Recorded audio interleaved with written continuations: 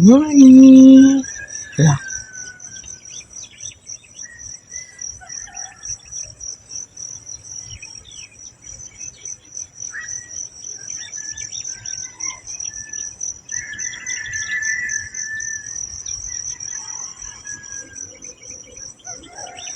Yan, alas 5 na po ng umaga.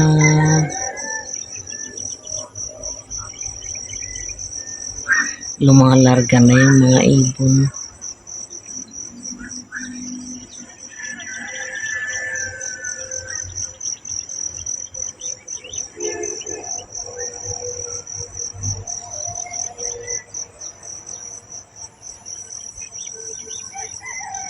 Naghahanda na yung mga magsasaka sa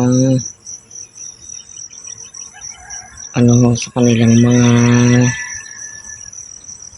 sakahan.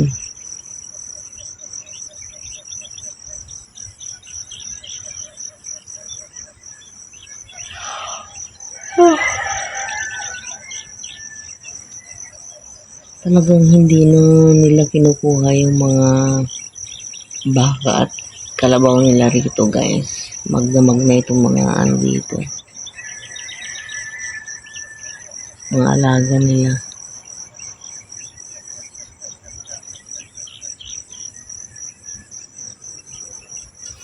Na ito.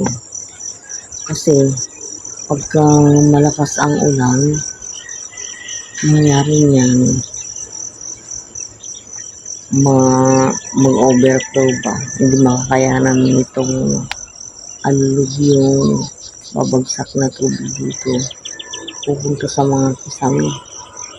Yan, kaya siguro minsan gumagapang yung tubig sa kisame dalaman nito.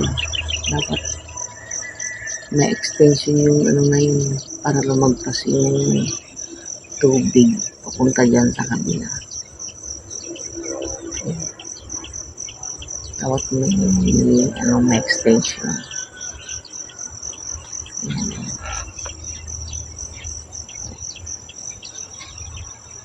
Maganda kung nakalagpas para pag malakas ang ulan, ang bagsak ng tubig dyan sa kabila. Tapos siguro tatalian mo yan.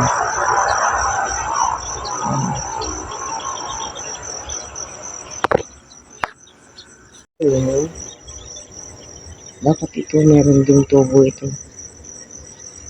Ayan. Yung PVC na yan.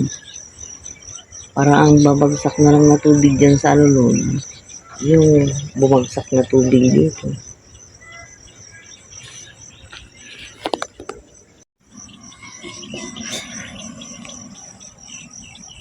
Saan yung mga may ingay na yan?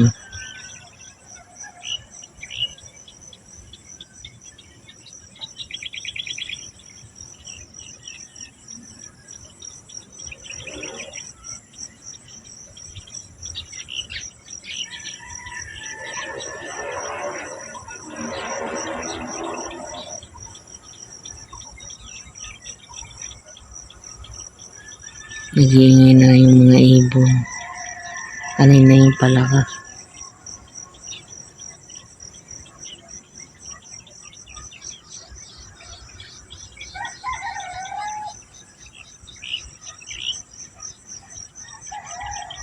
Walang mga damo dito.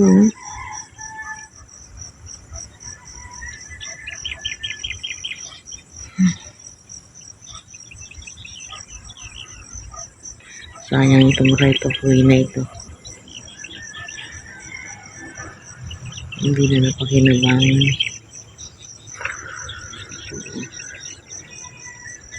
Right of way ito eh.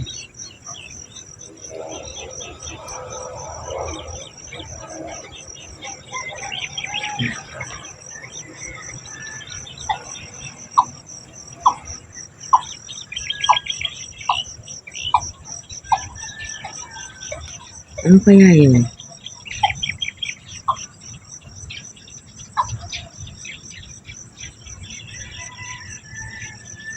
Ano siguro yung ibon?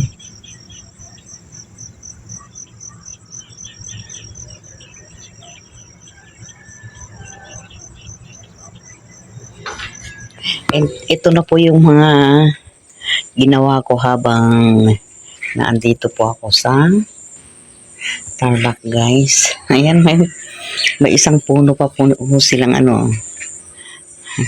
talong. Yan. Naayos ko na po lahat ang mga halaman. Yan, naka-arrange na po. Ito na po yung mga loya nila. Ang dami kayang bunga nitong itong kalamansi, guys. Ay, naku, kahapon pinatay ko na itong mga ito. Oh, ayan na naman sila. Ayan na naman. Oh. Una. Ang bilis nilang lumaki, guys. Ang bilis lumaki. Oh. Pinatay ko na kahapon yung mga oo dito eh. Ngayon meron na naman. Sus Mariosep. Oo. Sana isa na lang yun. Wala nang kasama. Ayan. Meron din pong okra sila na nag-iisa. Oh. Yan, okay na ho. Bali, susundan na lang nila pagka may mga lumaki-laking mga damo dyan. Ubunutin na lang nila agad para hindi lumaki. Yan.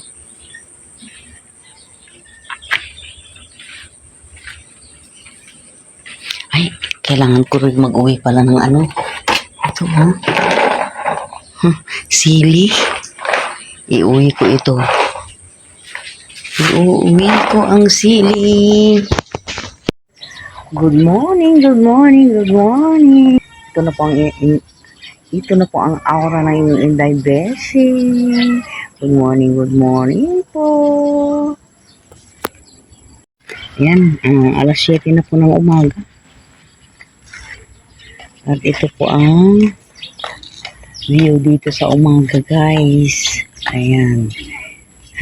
Ito pa lang pong, bali 3 na po itong nakita kong gising na napalakad-lakad dito. Oh.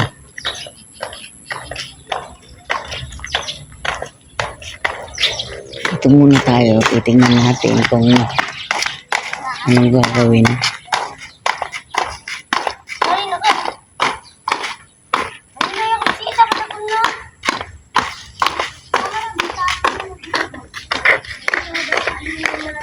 Grabe. Ang kakapal na naman ng mga damo rito, guys. Oh. Ilang buwan pa lang ito. Kailan lang ako huling pumunta rito? May, hindi pa ganito.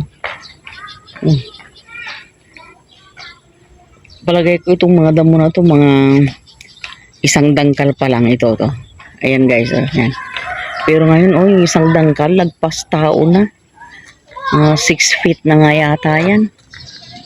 Oh. Ito na rin po yung mga halaman niya rito sa labas, guys. Oh. Yan. Mas maganda ngayon, mas simple. Hindi katulad dati na crowded. Pagdating ko, iba-ibang halaman po yung nandito. Ang gulo. Ayun na lang din po yung nasa itaas. Oh. Kung ako sa kanya, hindi ganyan ang gusto ko eh. Bahala na siya. Sa kanya naman yan eh. Sana maiisip din niya pagdating ng araw. Yung pangit din tingnan eh. Hindi dapat ganyan. Dapat may patungan din yan sa itaas eh. Nilapag na lang na tsaka hindi yan yung dapat na nasa itaas eh.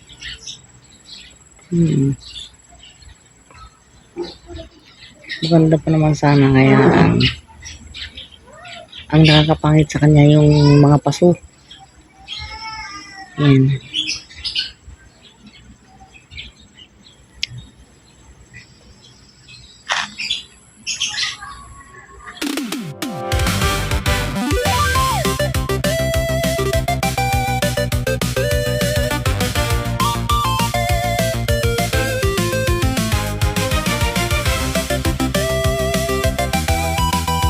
Guys, nandito na po ako sa my Clark Air Base.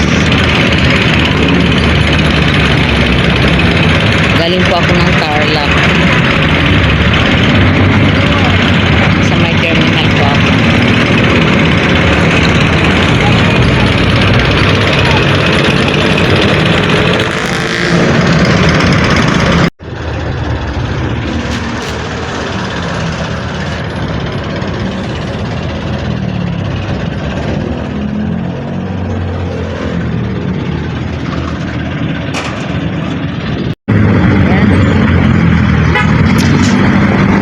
Ang hirap ng nag-iisa guys. Para akong namamalimos dito.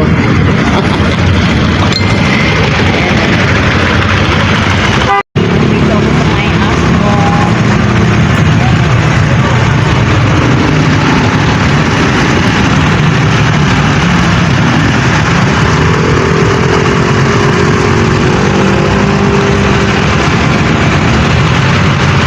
Medyo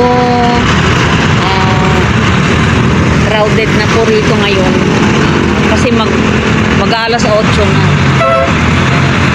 Yan, ganyan po karami ang mga pampasahero at saka yung mga motor po, mga nakamotor. Yan, ang daming mga sasakyan na.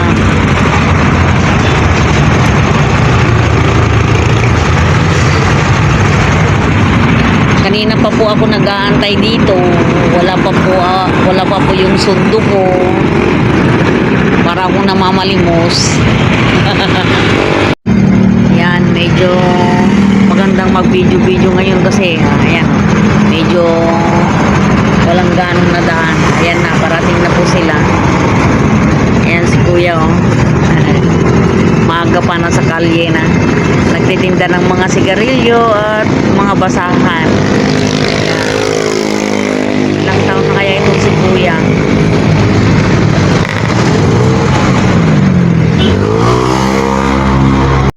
Ayan, 8 o'clock na po ng umaga. Wala pa yung sundo ko. Grabe, nasaan na kaya yung sundo ko? Kanina ko pa tinawagan.